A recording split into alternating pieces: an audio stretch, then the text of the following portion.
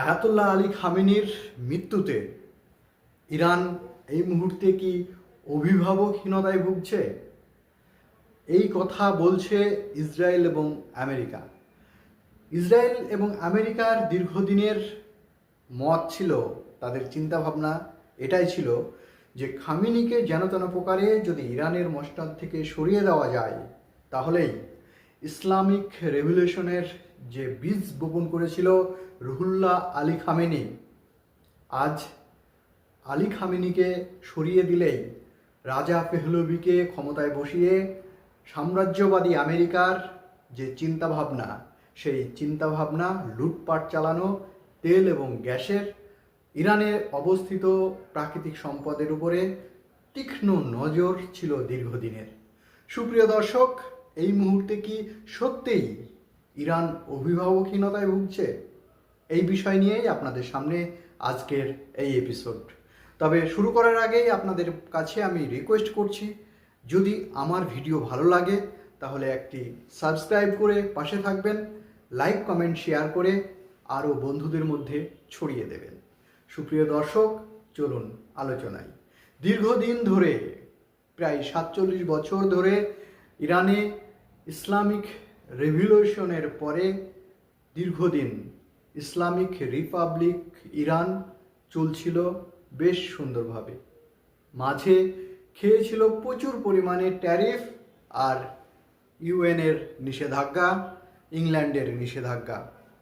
আন্তর্জাতিক জায়গায় কোণঠাসা করে দেওয়ার সব রকম প্রচেষ্টাকে সম্পূর্ণভাবে বানচাল করে দিয়ে ইরান সম্পূর্ণভাবে স্বাবলম্বী হয়ে উঠেছে তখন আয়াতুল্লাহ আলী খামেনিকে পিছনে থেকে আঘাত করে তাকে শহীদ করা হয়েছে।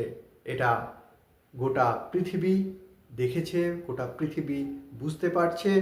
আমেরিকার সাম্রাজ্যবাদের বিরুদ্ধে গেলে যে কোনো সময় যে কোনো দুর্ঘটনা ঘটিয়ে দিতে তারা বদ্ধপরিকর, তাদের বুক কাঁপে না।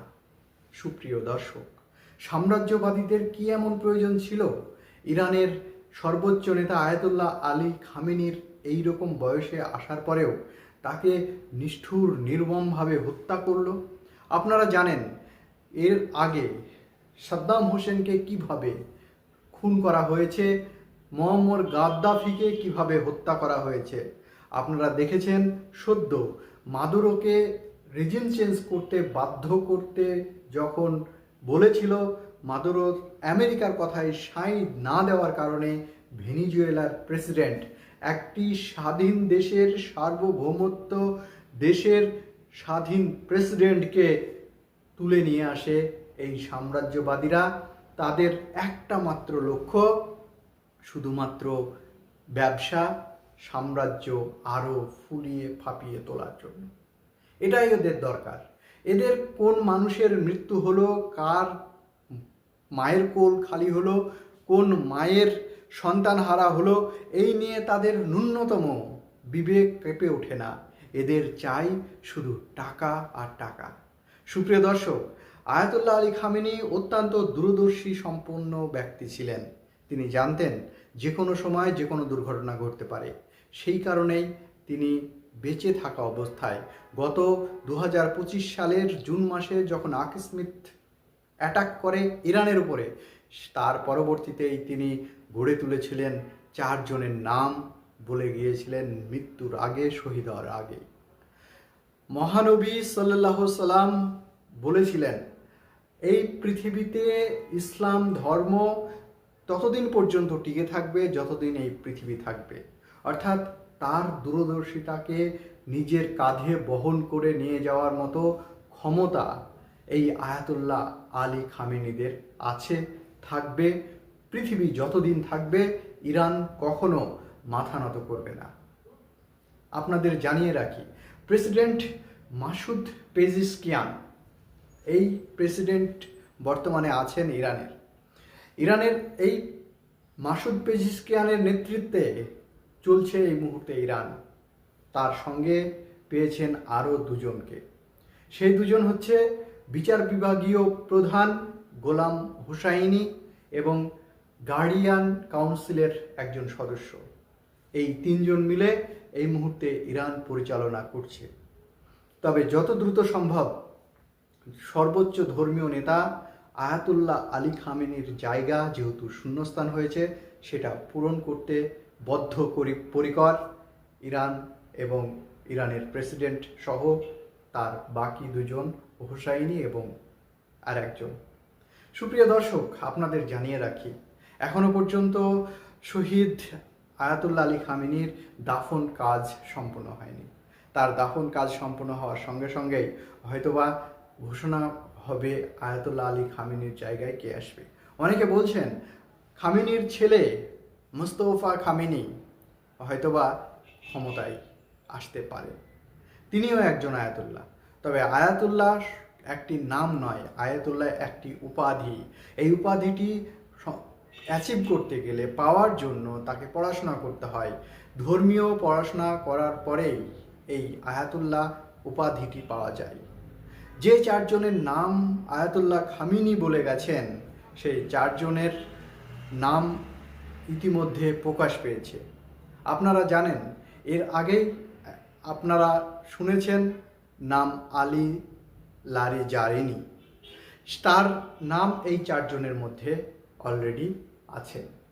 যদিও এই মুহূর্তে আয়াতুল্লাহ হওয়ার উপযুক্ত এই আলী লারিজানি কিন্তু নন।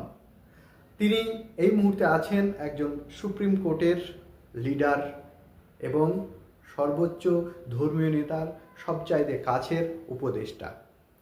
তবে আপনাদের জানিয়ে রাখি, আয়াতুল্লাহ কে হবে, সর্বোচ্চ ধর্মীয় নেতা কে হবে, এটা নির্ধারণ করার জন্য 88 জনের একটা সদস্য, একটি বোর্ড, একটি সংস্থা ইরানে আছে, যেটা গভর্নমেন্ট বডিকে সম্পূর্ণভাবে পিছনে থেকে উপদেষ্টামূলক কার্যকলাপ চালিয়ে যায়। শুধুমাত্র গভর্নমেন্ট কার্যকলাপ নয়, সরকারি কার্যকলাপ নয়, আয়াতুল্লাহ কে হবে সেটাও নির্ধারণ করে এই 88 জন।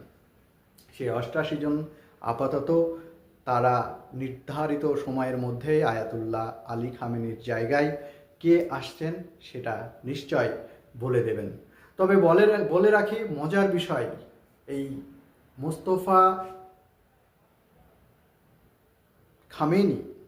মুস্তফা খামেনির নাম কিন্তু আয়াতুল্লাহ আলী খামেনি বলেননি। দেখছেন, একজন সুতীক্ষ্ণ চিন্তা ভাবনার একটা ব্যক্তি, একটা মানুষ, সেই মানুষ যিনি শুধুমাত্র, কেউ বলেন যে শুধুমাত্র ইহজগতের খবর জানেন না, তিনি পরজগতেরও খবর বলতে পারেন। এমনটাই তিনি আধ্যাত্মিক একজন মানুষ ছিলেন আয়াতুল্লাহ আলী খামেনি। এর নাম যেহেতু ওই চারজনের মধ্যে নেই, তাই স্বাভাবিকভাবেই মুস্তফা খামেনি যে আগামী দিনে আয়াতুল্লাহর পদ পাচ্ছে না, এটা অনেকেই মনে করছে। আলী জারিনি আয়াতুল্লাহর যে শিক্ষাগত যোগ্যতা আয়াতুল্লাহ হওয়ার জন্য, সেই শিক্ষাগত যোগ্যতার দিক থেকে তিনি সমকক্ষ নন, স্বাভাবিকভাবে তিনিও হচ্ছেন না। তাহলে আগামী দিনে কে হবে এই ইরানের সর্বোচ্চ ধর্মীয় নেতা? আয়াতুল্লাহ আলী খামেনির শহীদ হওয়ার পূর্বে যে চারজনের নাম তিনি বলে গিয়েছিলেন, সেই চারজনের নাম আপনাদেরকে বলছি। গোলাম হোসেন মহাসিনী, ইনি এখনো পর্যন্ত উপদেষ্টামূলক সরকারের একজন খুব গুরুত্বপূর্ণ দায়িত্বশীল ব্যক্তি, তাকে নিয়ে আসা হতে পারে এই আয়াতুল্লাহর জায়গাতে। আসগার হিজাজি, তার নামটাও বিশালভাবে ফলাওভাবে প্রকাশ করা হচ্ছে, তিনিও আসতে পারেন আলী খামেনির জায়গায়। আবার আরেকজনের নামও খুব ভেসে আসছে, সেটা হচ্ছে রুহুল্লাহ আলী খামেনির নাতি হাসান খামেনি, তার নামও ভেসে আসছে এই মুহূর্তে। আলী রেজা আরাফির নামও ভেসে আসছে। সুপ্রিয় দর্শক, এই আলী রেজা আরাফি হচ্ছে সবচাইতে পপুলার একজন মানুষ, একজন অত্যন্ত গুরুত্বপূর্ণ একজন ইরানি মানুষ, যার কদর গোটা ইরান জুড়ে আছে, অতএব তার নামটাও গুরুত্বপূর্ণ। তবে এই মুহূর্তে বলে রাখা ভালো, মানুষের মধ্যে যে আবেগ আছে, সেই আবেগকে কাজে লাগানোর জন্য মুস্তফা খামেনিকে যদি নিয়ে আসে, তাহলে মানুষ এমন কিছু অবাক হবে না। তবে অবশ্যই আমরা নজর রাখবো শেষ পর্যন্ত কি আয়াতুল্লাহ আলী রেজা আরাফির নামে কি ঘোষণা করতে চলেছে, সেদিকেই জোর কদমে আমাদের চোখ থাকবে। সুপ্রিয় দর্শক, আয়াতুল্লাহ আলী খামেনির যে শহীদ হওয়ার সংবাদ ইতিপূর্বে গোটা পৃথিবীর প্রত্যেকটা আনাচে কানাচে পৌঁছে গেছে। পাহাড় ভেঙে পড়লে যেমন গোটা এলাকার মানুষ বুঝতে পারে, ঠিক পৃথিবীর সর্বশ্রেষ্ঠ মানুষ যখন শহীদ হন তার খবর গোটা পৃথিবীর আনাচে কানাচে পৌঁছে দেয়। সেই কারণেই আমরা দেখেছি কিভাবে আয়াতুল্লাহ আলী খামেনির জন্য গোটা পৃথিবীর প্রত্যেকটা দেশ, সেটা পাকিস্তান হতে পারে, সেটা বাংলাদেশ হতে পারে, সেটা ভারত হতে পারে, সেটা সৌদি আরব হতে পারে, সেটা কাতার হতে পারে, দুবাই হতে পারে, সেটা যে কোনো দেশ হতে পারে, কিন্তু আজকের দিনে দাঁড়িয়ে প্রত্যেকটা দেশের মানুষ যেমনভাবে হুসাইন এবং হাসানকে হারানোর পরে, অর্থাৎ হজরত মোহাম্মদ সাল্লাল্লাহু সাল্লামের শেষ বংশধর হুসেন এবং হাসানকে হারানোর পরে যেভাবে হাই হাসান হাই হোসেন করে আজও আনাচে কানাচে আপামর মুসলিম সমাজের মানুষ কেঁদে কেঁদে ফেরে, ঠিক সেই রকমভাবেই আয়াতুল্লাহ আলী খামেনিকে হারানোর পরে হাই আয়াতুল্লাহ আলী খামেনি বলে বুক চাপিয়ে কান্না করছে এবং আনাচে কানাচে সবাই একটা কথাই বলছে, আলী খামেনির মৃত্যুর আমরা বিচার চাই। যতক্ষণ পর্যন্ত বিচার না পাবো ততক্ষণ পর্যন্ত সাম্রাজ্যবাদী আমেরিকার বিরুদ্ধে আমরা মস্ত বড় আন্দোলন এবং তাদের বিরুদ্ধে যত দূর যাওয়া সম্ভব আমরা যেতে প্রস্তুত আছি।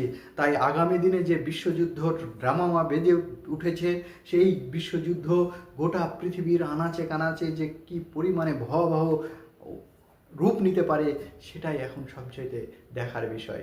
সুপ্রিয় দর্শক, সবাই আয়াতুল্লাহ আলী খামেনির জন্য দোয়া করবেন, তিনি যেন বেহেশতে সর্বোচ্চ সিংহ তার জন্য দান করেন মহান আল্লাহ পাক। এবং আপনাদের কাছে বলে রাখি সুপ্রিয় দর্শক, শেষ পর্যন্ত থাকার জন্য অসংখ্য ধন্যবাদ। আমরা সাম্রাজ্যবাদের সবসময় বিরোধিতা করি, আজও করছি, আগামী দিনেও করব।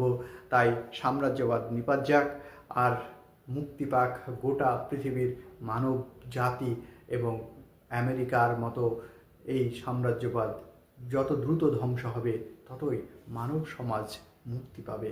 ভালো থাকবেন, সুস্থ থাকবেন, চোখ রাখুন সব সময় থটস অফ সানারোলের সঙ্গে।